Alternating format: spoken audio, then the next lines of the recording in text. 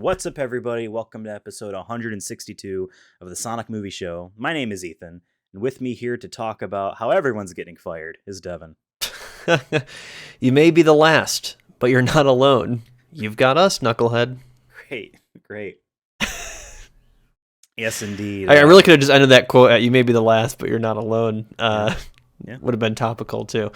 But yeah, that's from Sonic Frontiers. Yeah.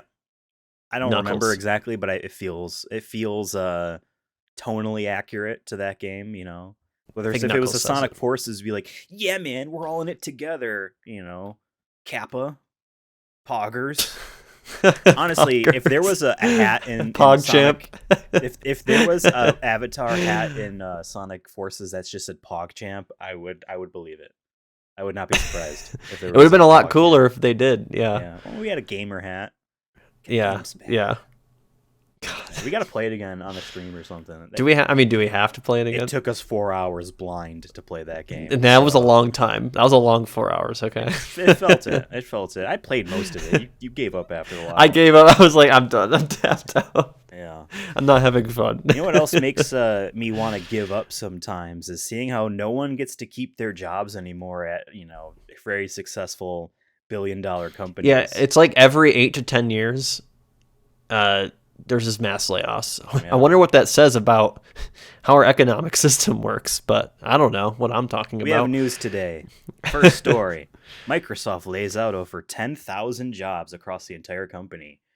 This is not just Xbox. This is not just, this is people in like the Microsoft office everywhere across Microsoft. But it's still 10,000 people. What do you think about this? Yeah, so according to the stats, the statistics, it says 5% of Microsoft's global workforce, which is doesn't sound like 5% doesn't sound like a lot, and all the stories we'll be reading out today, they always, it's funny how the media will always be like 3%. They're like, oh, that's a shame, but it's only 3%. But then they're like, no, it's 10,000 people. That's more than like our freaking hometown. Like just the entire town is just laid off. You know what I mean? It's a number that is hard to imagine. And I can't. It's especially when even if you know it's coming. I can't imagine what it's like to be laid off. We've both been technically laid off from Kmart. Oh, back in the day. If you technically, or at least I was the day before 20. It closed. They let me go a day before your last day, which I was like, really? You can't just give me the $30 just for free? Yeah. It's not your money. Like just leave me on the payroll. That was a long time ago. Yeah. But yeah, I mean, Microsoft isn't the only one laying off people. We've made jokes about the recession coming. It's already here in my book. I think the Biden administration doesn't want to say it. They keep, if anything, if you go on his Twitter, it's always like we've been creating jobs. America's back to work like it's never been before, or whatever that means. But the whole tech industry as a whole is laying off people. Amazon, Yahoo, Google, Salesforce, Meta, aka Facebook. I saw that Dell, PayPal, Zoom also laid off like thousands as well. And this is funny because I feel like not even like 5 or 6 years ago, when I got out of college and stuff, how many people were like, "Oh, you should have got a tech degree, or you should have went to a trade school," and all these things. And it's like, all these jobs are those kind of jobs, and they're being laid off. Then you have the whole like that too. We don't know if it's correlated to like there's just too many people, or if it's probably other factors. But yeah, no, you're right. Like, the soundest thing is to go into software engineering, and get a job. You can get a job at any of these companies. They'll pay you 6 figures after your second year there, or something like that. Oh, go work at Google. I made my whole career, and like there's people who legitimately have made their whole career. But there's people who have made their whole career doing that, and like I think they mean well when they say that shit. Yep. But it's like the people who are usually getting cut are people who've only been there a couple years, or it's the people who have been there way too long. I don't want to say way too long, but for the company, way too long, that they're at a payroll that's so high compared to someone they can hire right out of college. So I mean, at the end of the day, it's just companies looking at what their profits are going to be and being like, that's not enough. We need to cut some We corners need more so we can make profits sure than we we hit had this number. last year. Because that's the thing that always, I mean, I say boggles my mind, but this should not surprise you. And you should know this. But if you don't know this, when people talk about their profit increases or decreases, they say, oh, profits are down this year. They don't mean that the company is making less money than what it needs to operate its business. It means that it's making less extra money that it needed than last year's extra money, you know? Yeah, And like, yeah. I'm not a business major, I'm not any of these. There could be an element of it, and the only element of it that I can think of that might be beyond what we're talking about here is the way their business is going. They're thinking long term. They need this extra profit to sustain themselves. I really don't buy this hypothetical thing I just made up in my head, honestly. That's the only thing I could I think don't of. either. It's just some sort of long term thing that you could be as an excuse, but really it's just our shareholders, or just if we're a That's private another owned thing. The company, stock market, we just want to see an increase. That's it. Here's my thing: 10,000 people. It's 10,000 people, and this is nothing. I don't think this is. These are straight up employees. I don't think this is even contractors who are used to just being like, "All right, goodbye now," or "Goodbye now" all the time. You know what I mean? This is 10,000 employees, full time employees at Microsoft. Salaried, etc. Um, that's a lot of fucking people. I know you mentioned, that's more than, our hometown easily. Probably tenfold or close to it. Feels like it when you live there. Yeah, exactly. Feels like there's only like 100 people Although, in that I town. think we lived in one of those areas where like the town was huge, like it was a lot of land. So like, maybe what we consider the town. Regardless, 10,000 people is a fucking lot of people. You know what I mean? And this is stupid. Like this is stupid for me to say this, honestly, because it would never happen, because it requires some sort of force to hold these companies accountable, and I don't even think the government could legally do this. And this is cruel and unusual for me to suggest this. It serves nothing but a punishment sense, and it does not actually solve the problem. But this was my reaction to seeing that 10,000 people were laid off just at Microsoft. And this is, again, across so many different teams. Any one of these teams that had someone laid off, you pull all these executives up on a stage in front of a camera, and one by one you make them walk up to a microphone and count to 10,000. And when they're done counting to 10,000, you have someone else flip a coin. If it's heads, they're laid off. If it's tails, they count to 10,000 again, and then they get to leave. Something that extremely painful. You want some sort of like, a pain in the ass. Yeah, something where they have to be publicly scrutinized. Yeah. And the thing is, that's a stupid thing, and it's like, I understand, like that's silly and whatever. Ethan, doesn't actually do anything. But that was my reaction. Like, if they had to go up there and sit on stage and be like, you're the sixth person to count to 10,000, you're just standing there the whole time. I don't know, maybe that would make them think about something. But again, that was just my raw reaction to hearing that. Because a lot of fucking people. These executives and all that, like, they'll act like they care, and like they'll call their staff, part of the family and all that bullshit. But at the end of the day, they're just dudes who just sit in fucking high level, like if it's a tall building, they're at the top of the fucking building. They have the nicest office, all the space. All they do is maybe sit on some conference calls every once in a while, look at their email, or they have their assistant look at their email and respond for them. Maybe they go on some business trips to fucking Hawaii or some shit. They don't actually fucking do anything. They just act like they do, and they'll get paid six figures, even more than that sometimes. And they'll be the ones that shoot out of that, and they're the ones that'll go to the media.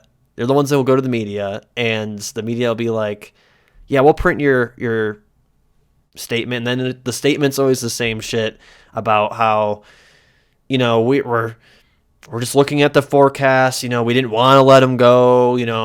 Maybe there'll be opportunities to hire them in the future. Blah blah blah blah blah. We got to take care of our own. Oh, we got to make sure the product still gets out. And the product is always, like Microsoft, it's video games, computer software, everything else they fucking do. It's all their services. And as consumers, because that's how we were viewed to them, 99.9% of us will just eat that shit up and be like, yeah, he's doing the right thing. We don't question it. It's just part of life, part of the thing. And then even the employees, to a degree, sometimes will be like, they'll go post on LinkedIn about how, I cherish this opportunity, blah, blah. I'm just saying, if I'm ever laid off, I'm cussing them out. I'm just being real, like that, like. What are they going to do? And that also, this is also a reminder, though. Yeah, right. And this is also just a reminder, though, for people who maybe think about this more than just be like, hey, it is what it is. That this is just a reminder that, like, you don't owe your fucking employer anything, because this is how they'll treat you in a snap. If it means that CEO Johnny, he can make sure he still gets his $50,000 bonus by the end of the year, he will definitely cut your ass 100%. Yep. And it doesn't matter if you had a drink with him at the bar the night before. He's thinking about himself first, and that's it. But yeah, it just really sucks because I don't know. And then they're still trying to do the acquisition of Activision Blizzard. You know what I mean? Right. So like, that's they have money for that, but they don't have money for keeping what I can guarantee you the $69 billion it's taking to buy Blizzard. You could have maybe shaved $1 billion off, and then you'll be set with all your employees probably for the rest of 5 years. Like, this leads into our next story. So I don't know if anything else you want to talk about with the Microsoft thing, but no. Go ahead. Yeah, acquisitions. So like, in the video game space, we talk about how our fear of Sega being purchased, fear of Square being purchased, Capcom being We're one of the few gamers, by the way, who like, I feel like are on that like team, like don't buy these companies. We don't want more. Yes, I don't want yes, it would suck for me personally as a PlayStation gamer if I couldn't buy a Blizzard game on PlayStation or an Activision game on PlayStation. It sucks that I'm not going to be able to buy Skyrim 2, Elder Scrolls 6. I don't know why I call it Skyrim 2, but you get the Skyrim idea. 2. Yeah. Well, Skyrim it supersedes the name before it, you know what I mean, in terms of popularity. But that sucks for me, and I get it. Some of that is like, you could chalk it up to fanboyism. I will buy an Xbox for the Elder Scrolls 6 or play it on a hyper powerful PC, one of the two. That's whatever. That does affect a lot of people, but it's more than just like, if it was the opposite, like if Sony's buying Square Enix, like everyone thinks that they do, they don't have the money to do that, unless they want to lay off a bunch of people, which they might. That would suck as well. It sucks then all these companies are eating each other up, primarily because people are going to get laid off because of this. So-and-so company gets purchased, all of a sudden there's a bunch of redundancies in key departments of the overall company now, so a lot of people get laid off, but also because we spent a lot of money on acquiring you, so you're gone now. Which leads into the next story. So supposedly, and I don't know if this is actually confirmed yet, although this was 2 weeks ago that this article was posted. Tomb Raider, the franchise, the IP rights, was purchased by Amazon from Embracer Group for $600 million. That's a lot of money, Devin. What if I told you that was twice what Embracer purchased the Tomb Raider IP, along with all the other IDOS stuff? I was gonna say it's bigger than the box offices of the both movies too. Yeah. And they will make that back by making a couple movies, or a show. It's gonna be a show. Yeah, I think that's already been confirmed. Last year, at the beginning of the year, Square Enix's president, I don't remember his name, he fucking sucks, I don't even care what his name is, announced in his New Year's, his 2022 statement to the company, this big initiative to go into NFTs, the thing everyone loves from last year, because 2021 was when we all realized how shitty crypto and NFTs and all that shit is, right? They're going hardcore on NFTs. They're gonna do it. It's gonna be so great. It's gonna make the company so much money. And then not far after that, it was announced that Square Enix is selling the IDOS brand, IDOS's studios, and all of IDOS's IPs that they had purchased when they purchased IDOS to Embracer Group for $300 million, which is nothing. And I know it's like a rug pull of a rug pull. It's so little. I can tell you this right now. If you were to take away the IPs like Tomb Raider and Deus Ex and all the games that IDOS is technically known for that were sold a part of this, you take those away, there was like 3+ studios staffed with lots of people. that's worth probably more than 300 million on its own, let alone the games that come with them. You know what I mean? It was pennies on the dollar. And I know a lot of people, like, the news tended, besides some of the people that we're talking about, in the facets of the story that we care about, like people going to get laid off, and spoilers, that's going to happen, or that did happen. But we're like, oh, and again, it's, oh, Square is selling this off to make them more appetizing for a purchase of themselves. You know, it's that's all that, like, half the time I see people talk about it, it's only just like, oh, it's all about who's gonna buy who next. Is Sony gonna buy Square? I don't want them to. And if, unless Square is dying, then they need a restructure, and then sure, someone can come in and save them, I guess, but that's not happening. They're not dying. Their president wants to make NFTs. They need $300 million for this NFT project, is what everyone assumed. That's why they sold them off. Besides just, getting themselves ready for a merger or an acquisition of themselves. Um, they sold it for dirt cheap. So then, like, number one, I'm upset about Square for several reasons. Last year, they had all these games and they didn't want to market them. They had shit games. I platinumed this, by the way. Babylon's Fall. I platinumed it twice. PS4 and PS5. Thank you. They had all these games that they barely they shotgun blast game after game after game last year. Didn't market them. Whatever. That's so low of an importance for what I care about compared to them selling off Tomb Raider, Deus Ex, all these IDOS properties, Legacy of Kain, Soul Reaver, etc., and the studios that work there, and just the NFT thing. Like, those are much bigger for me. Embracer Group, which is owned by Koch Media, which also, so at Koch Media, then they own Embracer, which owns THQ Nordic and a bunch of shit. They purchased they all connect one way or another. I think they own Gearbox now. Fuck them. Good for you, I guess. Gearbox sucks. They Embracer and THQ Nordic, before it became Embracer is the name people associate with them, and Koch Media, Coach. I think it's Coke, yeah. Coke, yeah, etc. Or Cook, maybe. Or Cook. Let them cook. These people want to cook, that's for sure. All of the talk about this company for the past few years is, they just bought this company, and they just bought the rights to this game, and they just bought the rights to this game. They bought this and this. How much money do they have? Etc. So many things, and like, they purchased everything. And then they're like, okay, we're going to start making, new games based off these properties. And all that they've ever made, all that Embracer Group has ever made, video game wise, has been, subpar remasters of niche games that they purchased for cheap, like Destroy All Humans, the SpongeBob video game rights, Battle for Bikini Bottom. Everyone remembers that game. Here's a kind of shitty remaster remake of it. And there's a sequel. There's a new SpongeBob game, and everyone's like, it's okay. It's not that great. Yeah. Destroy All Humans was not that great. Remember Darksiders? You played as War in the first game, and you played as Death in the second. They made a third one, and it was all they ever make is just kind of games, and they're not selling all that well. And then here they come along, and they purchased from Square Enix, IDOS, a bunch of studios, as well as the Tomb Raider IP, etc., for $300 million. So one of, all these companies, all these studios are changing their names. They're no longer like IDOS Montreal. They're changing their names to, I think, Anoma was the name. There was a mobile game IDOS company that made Square's, like, Western mobile games, like the Hitman Go and Lara Croft Go and all of those mobile games. Cool. We have a new identity. We're naming ourselves Anoma. We have a new initiative at Embracer. None of these people have nice things to say about Square Enix, and I don't blame them, because Tomb Raider 2013 would come out and it would sell over 4 million copies, and Square would call it a failure. They say they're disappointed in the sales of that game. Meanwhile, they brag about how Final Fantasy 15 needed to sell at least 10 million copies to break even, and how they're somehow proud of that. Game that took 11 plus years to make.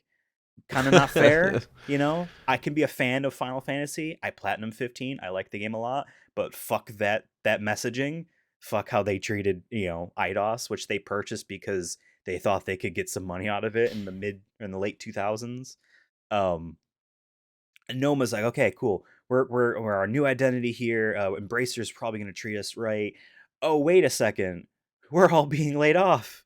and I guess our games are going offline now too. Bracer, they needed to save some money after, acquiring people for $300 million. And then now they turn around and they sell the Tomb Raider franchise rights to Amazon for $600 million. Which is funny because Amazon laid off people, but they have money to buy Tomb Raider. It's good. It's funny how all this connects to each other, but they that's the thing is like a lot of the mainstream media outlets, and when I say mainstream, I'm not a fucking conservative, so don't take that as like go right. Listen to or go read fucking Fox News. You know what I'm fucking talking about. The video game mainstream sites that shit basically being mandated by their owners to cover the Harry Potter game, even though probably many of them don't want to. Those types of sites. Yeah. What I was trying to say is that like it's there's always a disconnect. Like when I read a lot of these articles sometimes where it'll be like, or at least the headline will be like, Amazon buys this, but it's never mentioned. Like the first sentence should be this: Amazon buys this after laying off this many people. Like it should, right. After having basically sweatshops in their fucking warehouses. I want that should be the messaging after every goddamn thing that Amazon does, and all these multi-billion-dollar companies. In my book, I don't know. That's what my brain. As soon as I read anything, I'm like, that's what my brain. The pursuit of prospecting or predicting the future of the business is like more interesting than like the immediate like. So Amazon bought this, so I guess they're gonna lay off people to recoup the costs of buying the thing that they need people to work on. All I really want to say but my biggest frustration is that it's just like, then it'll be like, or they never mention anything about layoffs happening or anything, and it'll just be like, hell yeah, though, we're gonna get a fucking Tomb Raider movie. Let's fucking go. And I'll be like, come on, like. I get it. Everything is made under. It's the whole thing of like, there's no ethical consumption or capitalism. I agree with that. So I actually saw a tweet like an hour before we got on where it was like, that doesn't mean that just you should be like consuming more because it's all bad. It doesn't matter. It's more of just saying that like if you can reduce your consumption, be more aware of what you're consuming, where it's coming from, how it works, and perhaps they said like do crime, which aka I would never condone this, but they're suggesting that perhaps you should steal some of this stuff if you like it so much instead of buying I've it. And seen then those suggestions. I cannot confirm nor deny if I agree with them because obviously stealing is wrong. But yeah. So I guess we'll see what happens with Square, like, but I think Amazon's Square will definitely be bought. Amazon is working with Crystal Dynamics, which is one of the IDOS companies, studios, to make a new Tomb Raider game, and this was announced before the sale, of the rights. But basically, what I really wanted to go on with going down the Embrace Group is that, like, we talked about the Microsoft story, how that fucking sucks. That's a company that makes things, and I'm not trying to lessen the blow on that, but like they're an established like thing and they make things, and like, well, they should not have laid off 10,000 people and they should have planned for that, for needing people. Like if you're going to be buying a company, can you keep the staff? You know what I mean? Are you just buying like a deed on a piece of paper that says you own Lara Croft's house? You know what I mean? But Embracer Group in particular is such a leech upon leeches of these types of companies, where all it seems that they want to do is just manage rights and properties and just sell them and buy them and just make money. It's like a fucking business. Landlord. I don't see them as making art. Like they're landlords. They're buying the properties. They have the money to purchase something, and then they have that money to then. We're gonna buy this section. We're gonna buy this section of condos, and I don't really care what condition they're in. I'll just put some new paint on it, maybe have an electrician or whatnot, make sure all the lights still work, and all right, put it up for double of what my monthly mortgage is on it. But in this case, it's, hey, we're gonna put $300 million into this. All right, cool. We're just gonna make a Tomb Raider game, put whatever the fuck we want in it. We'll charge $70. If we get 1 million copies sold. In the long run, that'll make us money. Yep. And we'll hire a bunch of temporary contract workers who get paid like shit. That actually ties into our next story a little bit. Bunch of temporary workers, contract workers get paid for 2 years, who get no benefits. We don't have to worry about paying that, health insurance, all that shit. We'll just do that, and we're good. We'll make that 300 million, or we'll make a Tomb Raider TV show or movie, Leeches. and we know that will just make $400 million. It's sad. It's sad. Yeah. And like, you know, Laura Croft doesn't deserve this. I mean, maybe she does, because I know we got. Who? I was gonna say Laura Croft doesn't deserve this, but I'm like, you know what, she kind of does though. At least Angelina Jolie's Laura Croft. Yeah. The series is fun, but yeah. In the next story, if you want to take the lead on this, go for it. Yeah. So to show what some other companies are doing with the recession and all that hitting us, and to look also like from outside the West a little bit. Obviously, gaming super popular in Asia and whatnot, in non-Western world in general. But I still wanted to focus on this just because it's gaming, but also we're not talking about just all these American companies for the most part. So Nintendo, a lot of people like Nintendo. They announced 10% raises for devs despite low profits from last year. Once again, when we say profits, we're still talking millions of dollars. Still a lot of money is being made. So when they say despite lower profits, remember, like we said, there's still a lot of fucking money, enough to pay people, whatever. Yeah, I mean, the Switch is the third best-selling console of all time now, and it's still going. So it might actually surpass PS2, and they're making a lot of money off each one of those console sales. Yeah. So that was announced. I know Kotaku did a report on it, but a couple other news outlets reported on it as well. And this comes right after Prime Minister Fumio Kishida, Japan's Prime Minister. He called on the companies to like increase pay with inflation, because I guess this is their highest point of inflation since 1981. Which is insane. But I have more of a theory of why they did this, and here's my theory. So they do mention this article briefly, but Ubisoft Paris went on a 2-day strike. All of France basically went on strike, and no one fucking talked about it in the United States at all. Like, it was over, I think I saw a number at one point that was close to the 1 million mark of people just on strike because they were trying to raise the retirement age from, I think, 65 to 70. It was a 5-year difference. And you know, in France, they don't fucking play that shit, so they all just fucking stop going to work and burn shit, which is cool.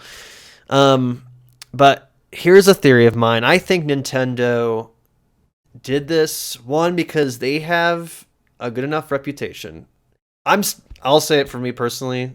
Nintendo's still a fucking company, so to me, they're still not ethical. They shouldn't exist. Regardless, Nintendo has really good PR. Everyone, the gaming world loves Nintendo. You rarely hear anything bad about what Nintendo's doing. And I think a lot of this has to be with, they see how strikes in the West are an all-time high since, I think, the 80s and 70s in the United States, for example. Highest it's been in the last 25 in our lifetime. I think this is a better way to just avoid, because here's the thing.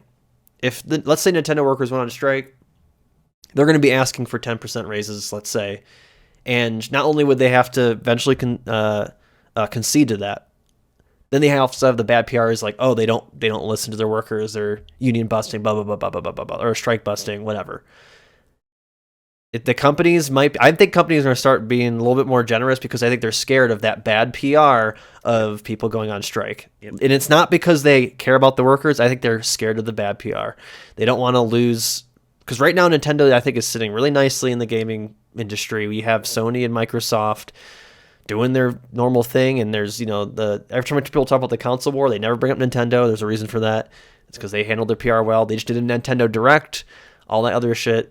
The Mario movie's coming out. All these things they have. A potential new Switch is coming out, or whatever their next console is going to be. Yep. They want to make sure they have all the good PR working for them in a time when people's I would say, people are people's patience wearing thin. A lot of people are fed up with how the world is right now with inflation and the recession. Things are getting more expensive. Gaming's really expensive, so you don't want to fucking piss off people. And I think right now a lot of people are a lot of consumers are starting to.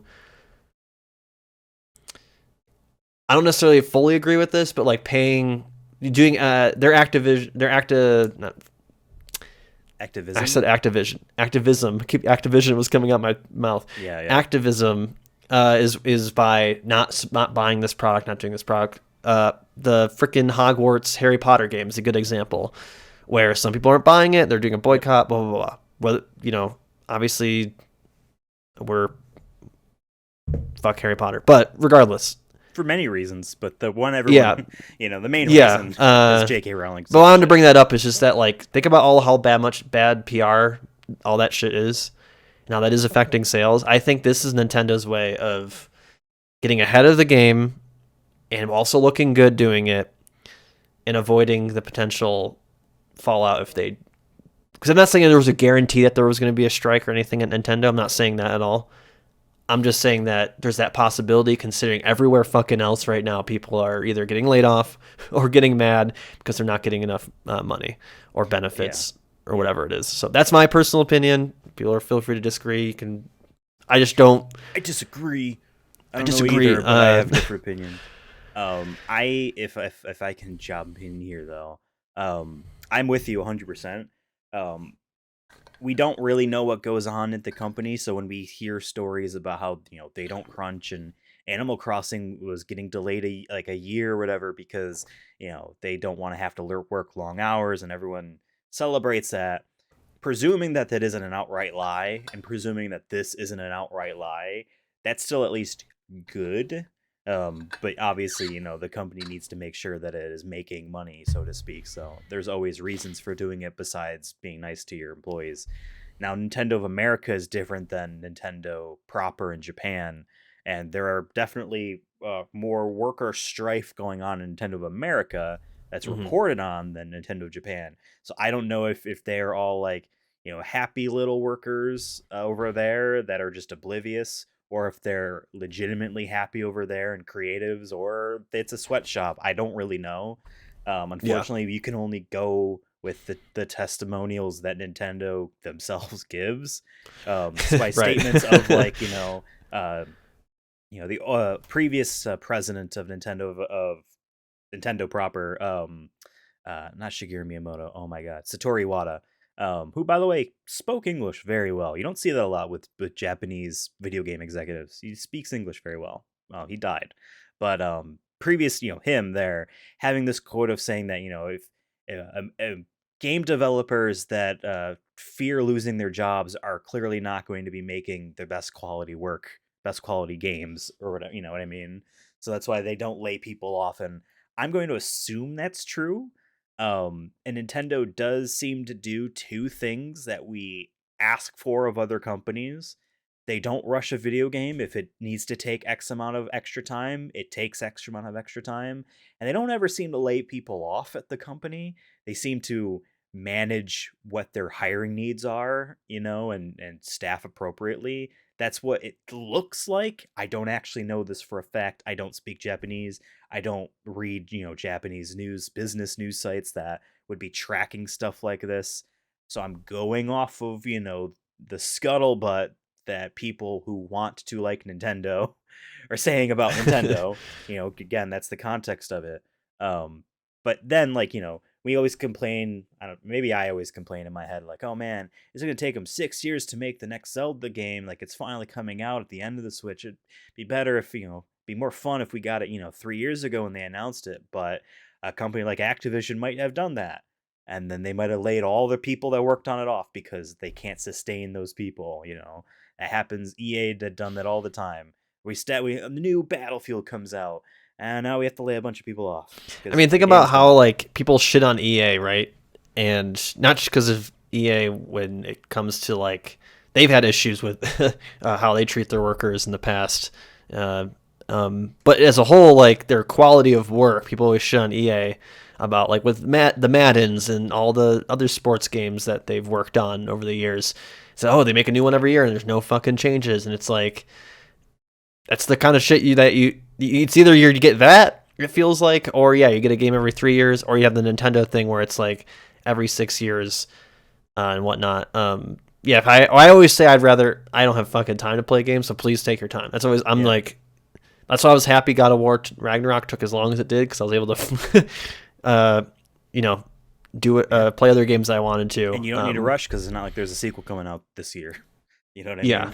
Yeah. So, but I just wanted to share both those, that story with the other story that we talked about, just because I like to discuss the kind of contrast of how these companies are handling the impending doom. I don't want to say doom, just recession. One more thing about Nintendo and the media.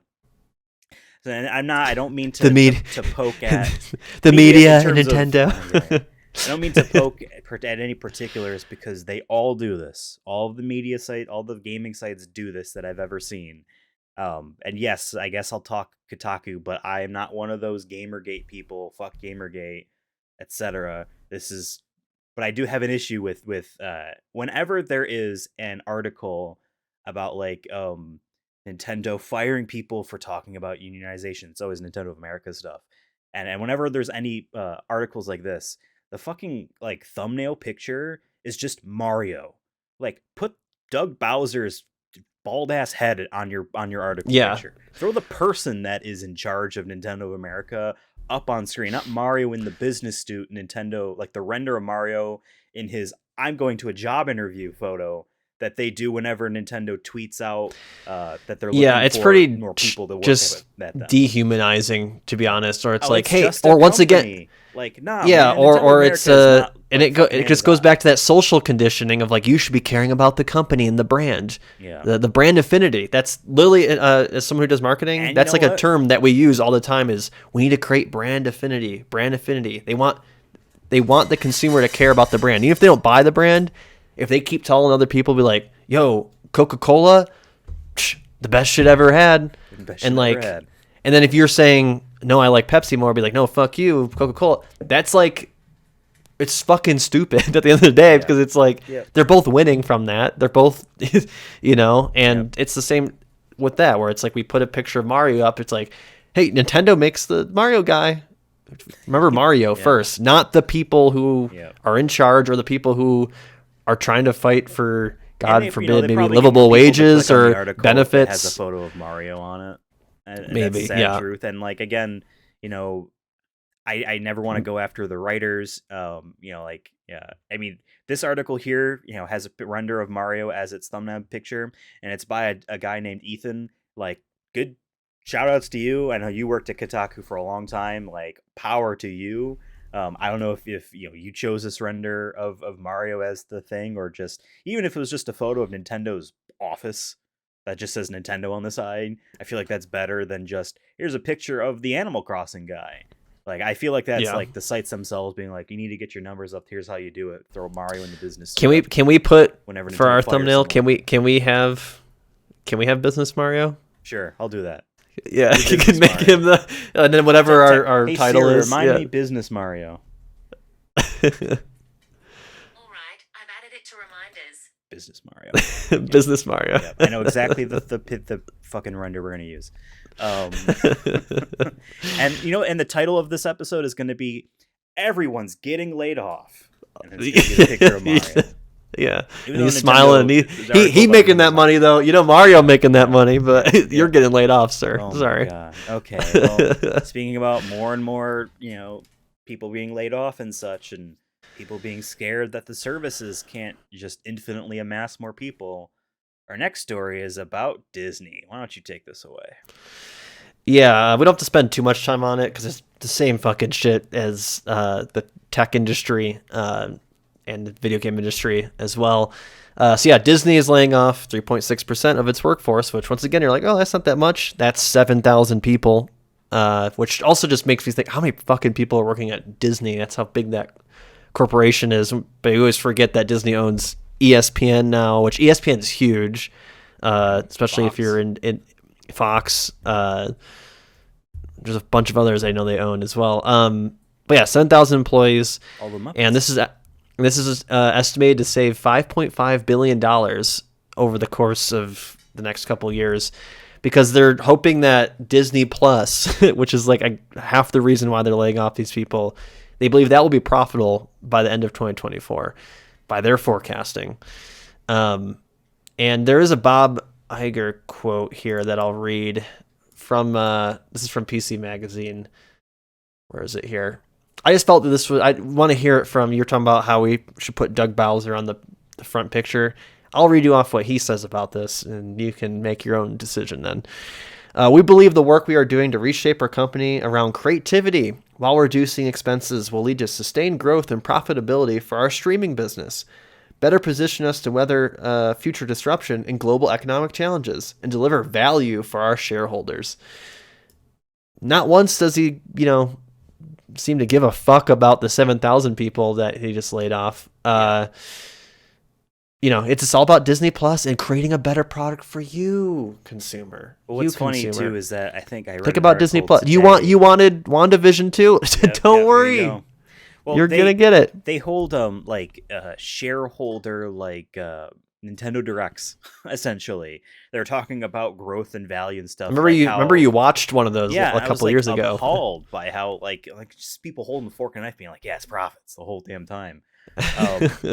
Disney Plus lost like 2 million subscribers over the past month. That was like an article that went out today as the day of this recording. I read a little bit of it, but not enough to really dive into it because I don't know how much of that is the case or not. But it looks like your thing that was a huge hit at first might not last forever because none of the other ones are, besides Amazon Prime, which people get for free shipping. And mostly, yeah, you know what I mean, like and Twitch gaming. And if you have, we stream on YouTube. We don't, Twitch stuff. But yeah, I mean, I know Bob Iger was. They had some CEO shuffling around, or like Bob was a previous CEO, and he made major business changes. He was the guy that said, "Hey, no more direct-to-DVD sequels to our popular Disney brands. Like that just dilutes them." So he became like the good CEO business person. Like he's making good changes in like the 2000s. And then like he stepped down for this other guy to come up. And that was like a year ago. And then like, no, that guy sucks. So Bob Iger's back. But like, I don't think anyone exactly He pulled a Tom Brady. He's like, nah, I need to come back for one last run. No, I think Disney begged him to come back. Because they didn't like the other guy or something. I don't know. And I don't fucking care. Honestly, same with Tom Brady, because the Buccaneers wouldn't be anywhere without Tom Brady, but whatever. I mean, he's retired again, so. He's lost more games than he's won. I don't know why we need to really celebrate him. So, as if that's a metric that's fair. But, hey, I'm just 80 for Brady, Yeah, Disney shit sucks. It sucks. And but I want to add, though, this came out the same day, coincidentally, that Disney announced that we're getting a Frozen 3 and Toy Story 5. But it's the same shit as that our fucking government does, or the president will do, right? Where it'll be like, all right, we're going to bomb fucking Afghanistan again. I'm going to go on TV and talk about, or I'm going to do a press conference real quick and talk about jobs or something less controversial. Debt or something. Yeah. We're going to go do that. Meanwhile, same shit. Disney's like the bad news. Disney really cares about their brand identity. I think more so than I would say Nintendo does. That's how they got to where they are. That's why so many people are like, yeah, I like Disney. Even if they've only seen like fucking 2 Disney princess movies, they're like, yeah, I love Disney. I want to go to Disney World, right? We all want to do that. And it's because they, once again, that brand affinity, that good old PR and marketing that they've done over the years, not just the quality of the products, but just they do the smokescreen shit too. They'll do this kind of stuff where they'll lay off people, but they'll be like, hey, Toy Story 5 though, and all your favorite actors are coming back. I'm surprised they didn't announce. Maybe not Tim Allen. But you know what I mean? They'll just do this shit. And and also we'll raise prices on that product that we're trying to make money on. I don't know. I don't Bryn has Disney Plus. I always say we can cancel it. I'd be okay. and half her family's on it. We have like the 5 accounts on. Oh. So it's like if she cancels it, the whole family gets kind of cut off. So I would really love. I'm itching to like cut them all off, even if just do it for like 3 months, just to save the. That's what I do. $80. I have HBO Max right now because of The Last of Us, and when that show's done, I'll end my subscription. I'm okay with that. I don't have. At least HBO has come clutch a couple of times for some of the video game movies we've watched, especially like they have a lot of like the mid 2000s, like the Doom movie and the Tomb Raider movies. HBO Max costs what, like $15 a month? Watching one of those movies is like $4 on Amazon. Like, to be fair, Bryn does watch a lot of the. Sure, if you use it, she'll go through. I don't really watch TV stuff, so like I keep all that stuff off. If someone, I don't know if people recommend. But I want to be. Like, I just want to do it. I want to do it. One of these days, man. I'm just gonna have to just cold turkey everything. You know, just go a whole year, no streaming services, no Amazon. To see if I can do it 1 year. I can teach you some methods for how to supplement that if you'd like. But cool. Yeah, if we can maybe hop to some positive news. I was gonna say that sound like one of those like, hey, if you just take this pill once a day, it's gonna change everything. You just need you might need to get just for this drive. For $40 a month. $40 a month. Yeah, take this protein powder. Yeah, yeah. We'll get you a subscription to Daily Wire Plus. You get to watch all the Gina Carano movies. I want to get my Crowder mug. You know, that's what will change everything for me. I watched a video delving into how that, not that you should feel any sympathy for Steven Crowder, but how he's really just like, he couldn't be like he couldn't be an actor, and the only way he could be relevant or successful is doing this shtick, and so he's just a sad and lonely person. So, but yeah, any case, but fuck that guy. You know, you shouldn't say fuck that guy too. Sonic the Hedgehog. Sonic Frontiers. He's our guy. Yep, that man has sold. Going back to the brand affinity, Sonic is. We were sold on the Sonic. Yes, yeah. The Sonic guy. Sonic Frontiers sells 2.9 million copies around the world. Around the globe. News, right? Mr. Worldwide, they're calling him. Yeah. We can also confirm we've both beaten the game by now. So we might be doing reviews soon enough. Sorry, my fault. Like I said, don't have time for games.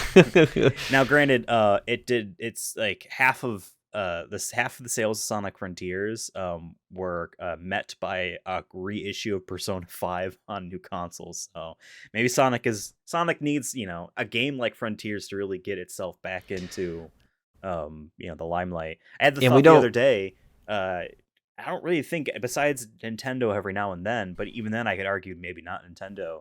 Who else is making AAA platformers?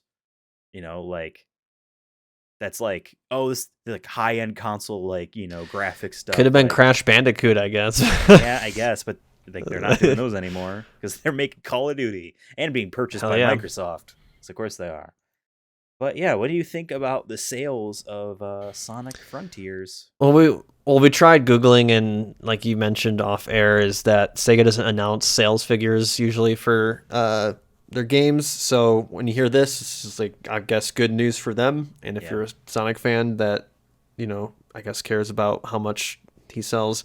From what I read though, is that this is better than like Sonic Forces in the last couple games. This is I think a lot of this is built off of the Sonic movies' success, and that the game is. We'll do our review episode, but that the game is arguably probably one of the better ones in the last 10 years, right? Yeah. So like that helps. So yeah, I guess I'm not too surprised that it sold well. But it's not. At the same time, I'm like only 2.9 because we hear fucking like the Sony games or whatever, like Last of Us will sell like 50 billion copies, and I'm like, that's the number that's always in my head. So when you hear that, you're like, that's it. That is a lot of copies of the game. Yeah. And I know it did really well on like Steam as well. Remember, like I think it's. I remember when it first came out that of any Sonic game, on day one. That's cool. Yeah. Very, very good. And it's also it's on a lot of platforms, which helps. Sonic Frontiers was just on 3. This one's on 5. Steam counts as 6 whatever. More platforms, longer tail. Because remember, Sonic Forces came out the year the Switch came out. I don't think it sold very well on Switch because there were like Mario and other games were coming out around the same time. But now that the Switch is 5-6 years into its life cycle, it probably sold very well on the Switch in particular because those kids want that Sonic. I want that blue blur. I'm happy that them experimenting with the brand seems to financially have paid off for them. Because here's the thing. Thank God. We were talking earlier about whether or not a company pumps out sequels fast or slows down. Sega was one of those companies that pumped out Sonic sequels fast. Like, there were yearly Sonic games in like the late 2000s and early 2010s. Like, yearly Sonic games, and more than one with the brand. And besides mobile games, between Sonic Forces and Sonic Frontiers, there's been a couple ports. You know what I mean? But like there hasn't been a big Sonic game. You know what I mean? This is what we wanted them to take their time and make a game, and I'm glad that it's at least financially paying off. Now, a Sega executive might argue, well, 2.9, divide that by 5. That's how much a yearly Sonic game would have sold if this was yearly, and it probably would have sold more. So I think we lost money overall. Maybe you can make that argument of like made yearly Sonic games. They'll always sell at least 800K. 5. Or you know what? We need to make Sonic Frontiers 2. We need to start working on that right now, and we need to get that out for the Sonic movie 3. I want it out the same week that movie comes out, so we can. They could, and the only reason why I can see that not being a terrible result is just because all of the work getting to the point where they can start making the game happened already. If they're making a sequel that's just building, they are doing DLC though, so I have a feeling there won't be a Sonic Frontiers 2, but we can maybe have a larger discussion about the DLC later, like in another episode, maybe when we talk about a review of the game. But I see that as testing what they might do for a sequel, but we'll see. This is a good news though. It's Sonic isn't dying. Because here's what my fear. Sonic isn't. He ain't in the ground yet. He ain't 6 feet under. Yeah. He's still standing. If this sold bad, they would have said, "All right, I guess we just go back to what we were doing before," which sucked. So at least they're doing that. But okay. Anything else you want to talk about before we kind of wrap this up? No, I think we're good. I feel like we needed a good I wanted a good fuck corporations episode. We need to do that every 10 or 15 just to get keep me going. That's my lifeblood at this point. Well, if the Microsoft acquisition of Activision Blizzard doesn't go through, because it sounds like there's pushback from multiple countries now, then maybe we'll see a lot of shitty drama. No, Microsoft is going to hire a private army to invade those countries and overthrow their governments and install pro-Microsoft dictators. Hey, we another war happens and Nintendo will have to delay that Advanced Wars port again. The game was supposed to come out a year ago, and because there was the bad guys were basically Russians. They're like, all right, we're not going to release the game. I thought they're just trying to do the whole anti-war, but not obviously. But yeah. Well, we'll see what happens. I forgot. Oh, there was one thing I just remembered right now, quickly. AMC, our favorite theater, I guess. Oh. They're trying to. I don't know if they did get some pushback from a lot of actors, like our boy Elijah Wood. He don't miss. That they're trying to add really into NFTs. Sincerely into NFTs. God damn! Why? Why is everyone? God. Well, everyone has their cons, right? Paris Hilton, he actually believes in NFTs. Fuck, Elijah, fuck. God damn it! I keep learning more. I gotta stop learning more about celebrities. Remember the good old days when we didn't know things? Right? We're like, this Tim Allen guy sucks. Great. What the hell? Yeah. But yeah, so AMC. So I have the AMC Stubs whatever thing, and so you can reserve your seats online, and you don't get the ticket fees and all that shit. It's free quotes. But for the regular people out there, now if you want to pay for like the good seats, aka the middle seats, and probably the first couple rows, you're paying a higher ticket price compared to if you sit at the end or the back.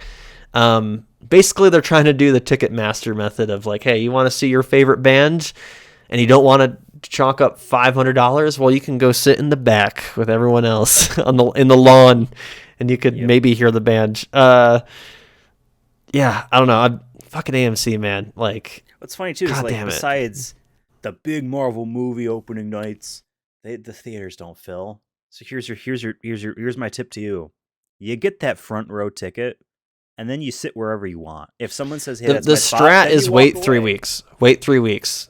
Yeah, don't do even after Marvel movies. Even after Marvel, because I'll go see Marvel movies 3 weeks after they've been out, and I'll see it on like a Sunday night or a Monday night. Vin Diesel's Groot is in it. On a school night. You see it on a school night? Mm-hmm. Yeah. And you still can get the Dolby, the good sound one. And I could usually sit in our row. The Thor movie came out, and we had to review that for the Chronicles of Diesel. I didn't see it opening night, but I didn't see it like week 3 either. And there was like no one in my theater. So like, yeah, you get your front row ticket that costs, not an exorbitant fee, and then you sit wherever the fuck you want. If someone says, "Hey, that's my seat," and you slide over. They're not gonna snitch on you. You know what I mean? Unless they suck. Yeah. Which, they might. But back in the old day, I always liked hearing about people who lived like during the 80s, where people were like, yeah, you just like so many fucking people snuck into theaters back then.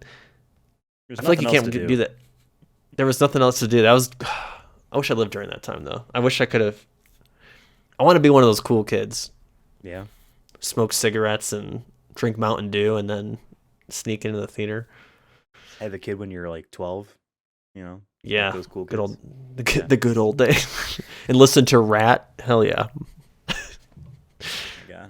Well, I think that's gonna do it for us today. Thank you guys for watching. This was a not that fun of an episode because the world is not that fun. Maybe eventually we'll pretend that stuff doesn't happen and we'll talk about good fun stuff.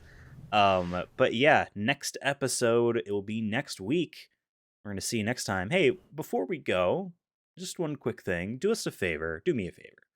This is just me to you. If you want to do Devin a favor, he can just for Ethan. Yeah. It's just for me. I need you to, wherever you're watching this, whether it be on youtube.com or on Spotify, Apple Podcasts, Audible. You love Amazon. We sure love Amazon. Why don't you hit that subscribe button? If there's a way to write a comment field, write that comment. Remember, we're on all these places at Sonic Movie Show. I'm talking TikTok, Twitter, Instagram, etc. Tweet at us. Nice things. I don't want to call to action anything. I don't really have anything to really like say if you found this episode so based because it is, like next time when we tweet about this episode, just be like based, like right in the comments, based, all caps, Devin, based. This is my favor. Oh, sorry. You want to have your own my favor is to add a second comment saying based, based, twice, based, Hopefully Twitter based, works based. when you do that. I'm on Twitter at Ethan Absolutely. Devin's on Twitter at Persona Fun. If you try to follow us and it says it breaks, you can't follow more people. That's the only excuse I'll allow, but I'm expecting every single one of you that's listened to this episode to go on Twitter and be like, based. I'm taking it. It's my thing now. Based, and you follow us, right? Okay. But that's it for us. We'll see you next time. Have a fantastic day.